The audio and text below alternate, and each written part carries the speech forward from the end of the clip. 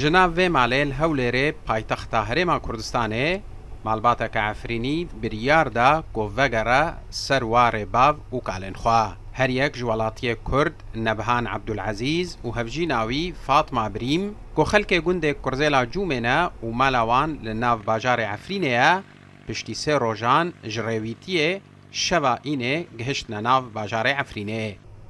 Mihemed Nebhan İbrahîm ji tora medyayiya Rûdawê re behsa biryara dê û bavê xwe bi vegera li Efrînê kir. بري وي فترة بريار دابون جو فجرن هرن عفريني ورجعيني سينه بخير وسلامت جهشتن مالا خونا في جهة واري خو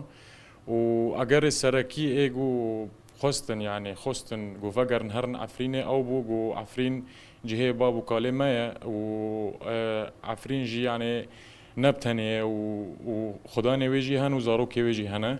والحمد لله بخير وسلامت جهشتن وتأستنجيل سر رجي تشينبون وحتى نهاجي تاستنجي تشينا بونا وأز هيفيدارم جو هر كس بخازي وغاري عفريني بلا وغاري إيرو بري صبا